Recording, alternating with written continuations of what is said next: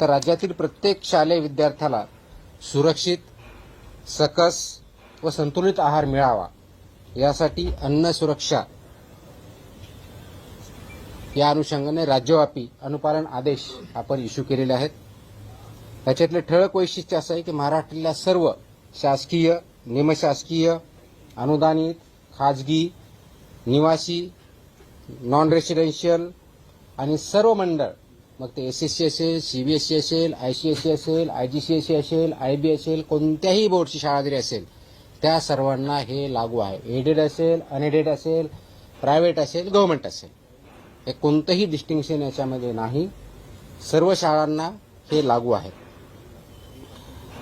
ह्या शाळांमधील कॅन्टीन, टकशॉप, मध्यान्ह भोजन केंद्र ज्याला मिड डे मील स्कीम आपण इम्प्लिमेंट करतो ते, वसतिगृहातले स्वयंपाकगृह आणि सर्व अन्न पुरवठादार जे आहेत वैद्य यांचा परवाना आणि नोंदणी अनिवार्य आहे.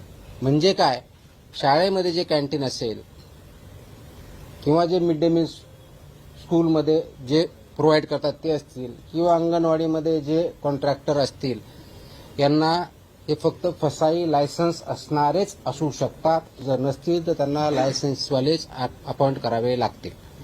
विदाऊट लायसन्स होल्डर यांना आपल्या स्कूलमध्ये किंवा कॅन्टीनमध्ये किंवा अंगणवाडीमध्ये फूड सर्व्ह करू शकत नाहीत, हा त्याचा अर्थ आहे. त्या अनुषंगाने त्यांना सर्वांना लागू आहे. त्याचप्रमाणे शाळेच्या आवारात आणि शाळेच्या आउटस्कर्ट म्हणजे भिंतीपासून, ज्याला आउटर साईड ज्याला म्हणतो, त्यापासून 50 मीटरपर्यंत ज्याला HFSS अन्नपदार्थ म्हणतो, त्याची विक्री, जाहिरात, विपणन, मोफत वितरणास प्रतिबंध घातलेला आहे. I repeat, and this is very important issue.